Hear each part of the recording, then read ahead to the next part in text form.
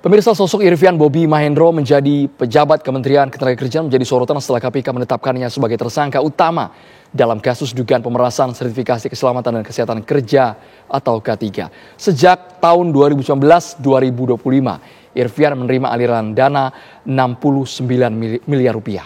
Ia kemudian dijuluki Sultan oleh mantan Wamenaker Immanuel Ebenezer. Lantas apa sebenarnya peran Sultan ini? Kami ajak Anda berbincang bersama dengan mantan Komisioner KPK, tepatnya Komisioner KPK periode 2015-2019, Bang Saud Situmorang.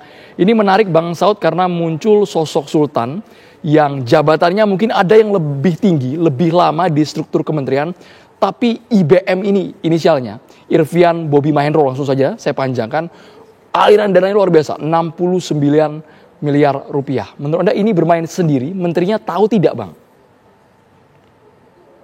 Ya kalau menterinya nggak tahu juga itu kesalahan besar ya. Karena itu kan boleh dibilang itu di situ ada struktur organisasi, dan kemarin yang ditersangkakan oleh KPK itu kan struktur organisasinya juga ada itu. Cuman kan menarik buat Irvian ini dari struktur yang terbawah, the koordinator, dia langsung ke wakil ya. Jadi artinya memang kayaknya yang bersangkutan memiliki quote and quote capability untuk kemudian berperan di tugas-tugasnya dia gitu. Kalau kita lihat tadi disebutkan dari tahun 2019 sampai ini 2025, jadi sebelum dia di koordinator kayaknya itu dia juga sudah melakukan upaya yang menunjukkan bakatnya untuk kemudian menjadi sultan yang disebut-sebut orang itu. Jadi kalau kita lihat dari 81, nerima 69 dan seterusnya, itu kan merupakan satu petunjuk bahwa dia tentunya apa itu ya, kalau teman-teman di penyidik itu kadang-kadang nyebutnya bapul, itu badan pengumpul tuh biasa. Bapul. Penyidik kadang-kadang pakai penyidik kadang-kadang pakai istilah begituan. Jadi menurut saya memang ini adalah satu kelemahan di struktur organisasi yang kalau dia 2019 di sampai 2025 udah cukup lama. Dan mungkin teori organisasi yang disebutnya promosi, pemindahan, dan lain-lain itu nggak berjalan di situ. Dan sehingga makin lama ya makin akan semakin karatan. Bahkan beberapa pejabat yang strukturnya di atas dia itu kan mulai menjabatnya tuh di 2022 dan lebih dinilai lebih akhir lagi.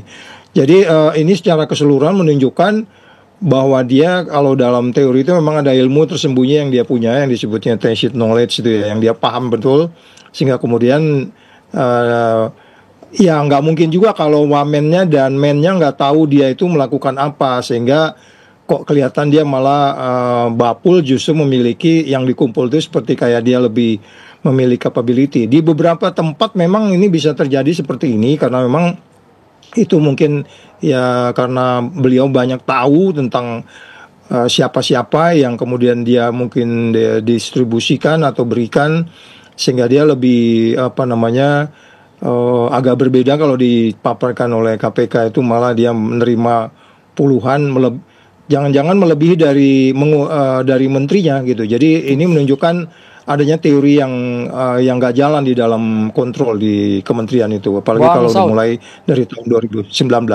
Kalau dari struktur organisasi, apalagi di dunia birokrasi, mungkinkah seorang koordinator bidang kelembagaan dan personil keselamatan kesehatan kerja K3 ini praktiknya bermain tunggal? Karena yang terseret ada yang direktur, ada yang Dirjen Binwas Naker juga kena KPK, Direktur Bina Kelembagaan tahun 2021 hingga 2025. Lebih lama dari Irvian juga kena, Bang. Ya, jadi kembali lagi kan nanti di situ ke 10 orang ini, katakanlah ke 10 di luar dari wamennya itu kan akan terlihat peranannya sebagai apa. Apa yang mereka lakukan. Kalau sama-sama katakanlah pasalnya 12E kecil yang disebutnya sebagai kemudian pemerasan dan seterusnya. Nanti itu akan terlihat siapa yang dominan di dalam hal ini, nanti siapa yang menunjukkan inisiatifnya untuk kemudian baru yang lain tuh hanya approval aja. Kan di situ ada dirjennya, terus ada direktur juga. Setelah dirjen kan direktur ya eselon 2, eselon 3 dan seterusnya. Dia berada di tempat yang menurut saya agak di bawah sebenarnya itu kalau dia koordinator, tetapi kalau dia bisa bermain tanpa katakanlah quote and quote legalisasi juga tidak mungkin. Jadi artinya bahkan kalau saya bilang kalau wamennya ikut bermain di sini, analisis kita belum tentu juga menterinya nggak paham. Kalau nggak paham atau nggak tahu dia juga salah. Masa dia nggak tahu bahwa proses-proses ini terjadi gitu ya. Dan pastilah dia sudah mendengar juga bisikan-bisikan dari struktur eselon 1 yang lain. Kan itu ada beberapa eselon 1 di kementerian itu. Ini kan salah satu eselon yang mengurusin K3 ini. Jadi itu yang menurut saya pertanyaan Andro tadi ya nggak mungkin juga dia sendiri, dan bagaimanapun pengusaha yang memberi juga kan itu sudah mendengar bahwa yang bersangkutan legitimate untuk kemudian memberikan instruksi kepada badan pengeluar sertifikasi, mengapprove dan seterusnya, sehingga kemudian bisa menentukan harga mulai dari ratusan menuju ke 6 juta. Itu kan tidak juga dilakukan katakanlah oleh menteri atau wakil menteri. Jadi operator di lapangannya yang saya sebut Bapul tadi itu juga tentu agak sulit kalau kita katakan dia tidak diketahui apa yang dia lakukannya. Tapi saya cukup terkejut ketika Bang Saud Situmorang dengan yakin sekali mengatakan bahwa nggak mungkin menterinya nggak tahu. Nggak mungkin kalau menterinya ini sengaja tutup mata. Oh iya, tapi juga jangan-jangan juga kita nggak tahu kan bahwa sekarang coba tanya di KPK itu laporan dari mana? Nggak mungkin kita tanyakan penyelidik. Iya, jadi laporan masyarakat kan bisa juga atasannya, bisa juga menterinya, bisa teman-teman satu kantor, bisa pengusahanya, sehingga kemudian kurang dari 1 tahun menjabat wamen ini terus kemudian bisa di OTT, dan kemudian itu kan nggak gampang juga mengikuti OTT kalau nggak kelengkapan informasinya. Jadi kalau kemarin tahun katakanlah 2019 mungkin juga informasi-informasi yang lama untuk pendalaman gitu. Dan kalau umpamanya penyelidik sudah mulai masuk ke person dengan LHKPN 3,9 aja, itu penyidik pasti kupingnya berdiri.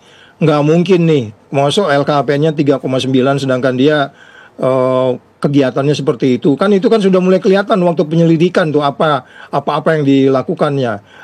Kemudian berapa dia memarkup harga yang begitu besar gitu. Jadi itu memastikan, dan ternyata benar kan 10 orang itu kan eselonering-nya berbeda. Jadi tidak berdiri sendiri. Dan kalau eselonering begitu banyak, apakah kemudian ini mereka sama-sama menutupi sehingga kemudian menteri tidak mengetahui? Nggak mungkin juga. Menteri pasti punya telinga dan mata di sekitar situ, yang menurut saya juga nggak menutup kemungkinan beliau juga memahami itu, tapi kemudian dia tidak bisa check and balance wakilnya karena katakanlah dari unsur yang berbeda. Itu yang saya bilang Pak Presiden harus sudah mulai bagaimana menata check and balance antara menteri dan wakilnya itu supaya mereka saling mengkoreksi satu sama lain gitu, Andro. Dengan modus pemerasan markup luar biasa, anggarannya dari 275.000 menjadi 6 juta rupiah per sertifikat untuk para buruh. Menurut Anda apakah ini memang sudah tersistem? Semuanya kecipratan Bang Saud Situmorang? Oh iya, dan kalau 2019 kan cukup lama kan? Iya kan? Itu cukup lama, dan itu artinya udah sistemik itu. Dan nggak mungkin juga kalau yang harga yang begitu besar ujuk-ujuk naik karena hanya tahun ini saja. Nanti silakan penyidik yang mendalami sejak kapan itu harga sebesar itu. Apakah itu sesuai dengan kenaikan tingkat suku bunga dia naik juga, kita nggak tahu. Nah, itu kan bisa memastikan. Cuman kalau menurut saya yang paling sangat mengkhawatirkan ini kan, ini menunjukkan bahwa apa yang kita sebut selama ini Undang-Undang Cipta Kerja itu tujuannya untuk menciptakan pekerja, untuk membangun ekonomi keuangan industri yang baik. Dengan sistem kayak begini kan keselamatan kerja itu menjadi tidak kompetitif. Itu yang mungkin akan kita perlu pelajari pada kita semua, bahwa ada warning yang cukup besar dari sisi ketenaga kerjaan kita dengan apa yang kita sebut sebagai keselamatan kerja dan kesehatan kerja yang sangat dianggap remeh di negeri ini. Dan itu kaitannya dengan daya saing kita dan investasi, Andro. Bang Saud yang tahu betul bagaimana proses penyelidikan dilakukan di Komisi Pemberantasan Korupsi, apakah ini murni satu laporan saja yang masuk atau jangan-jangan celah dugaan pemerasan ini sangat besar sehingga KPK menunggu timing yang pas ketika ada satu laporan kemudian ditindaklanjuti? Iya, bisa saja. Bagaimanapun kalau kita lihat penyelidikan itu dimulai kan selalu diawali oleh 2 bukti yang cukup. Nah, kadang-kadang juga laporan pertama bisa jadi hanya telepon 198 ke KPK, terus kemudian mengatakan, Mbak, kok harganya seperti ini. Nah, kemudian dikutip lagi, di cross check, double check. Nah, kemudian kalau itu bisa lebih cepat, katakanlah penyelidikan itu kan kalau OTT itu tergantung kelengkapannya. Kalau dia dilantik Oktober, ini belum setahun sudah dilakukan, berarti ada upaya yang sistemik yang memungkinkan pendalaman juga sudah ada, dan informasi-informasi ini kan sangat signifikan ya kalau harganya naikannya cukup tinggi. Jadi bisa jadi kok informasinya cukup matang yang sudah dilaporkan berkali-kali, yang kemudian baru aja kemudian dilakukan penindakan. Dan akan ada banyak framing-framing kenapa penindakan emosi sekarang, terus kenapa mungkin karena dia juga partai politiknya katakanlah sama dengan partai politik presiden, kemudian presidennya pada 16 Agustus mengatakan walaupun partai politik saya nggak peduli, apakah itu jadi berupa instruksi ke KPK untuk kemudian nggak ragu-ragu, itu boleh-boleh saja seperti itu. Tapi jangan lupa Andro bahwa kecukupan bukti yang paling penting, penyelidikan dimulai, terus kemudian terjadi lagi peristiwa pidananya, dan itulah OTT itu gitu kira-kira Andro. Jadi singkat saja Bang Saud, menurut Anda ini tidak berhenti pada sosok atau jabatan Wamenaker saja, bisa lebih ke atas lagi? Bang Saud, singkat saja Bang dijawab. Oh iya, ya, karena memang kan nggak mungkin ini tanpa melibatkan di tempat-tempat lain ya. Tapi kalau umpamanya kita katakan juga terkait langsung dengan menterinya, itu perlu waktu untuk mempelajari. Silakan penyidik mendalamin itu, apakah seperti itu. Tapi kalau kita lihat ini angka yang cukup besar seperti ini, dan kemudian eseloneringnya melibatkan banyak, saya pikir ini bukan sesuatu yang baru yang di internal mereka tidak tahu. Dan saya pikir auditor juga kalau katakanlah BPK memeriksa ini, mereka juga sudah melihat itu ada audit kinerja yang kemudian bermasalah. Itu saya pikir mereka juga paham. Tapi kita nggak mendalaminya, silakanlah penyelidik atau penyidik yang paham di situ, Bro. Komisioner KPK 2015-2019 Saud Situmorang sudah bergabung di Kabar Petang. Terima kasih banyak Bang Saud.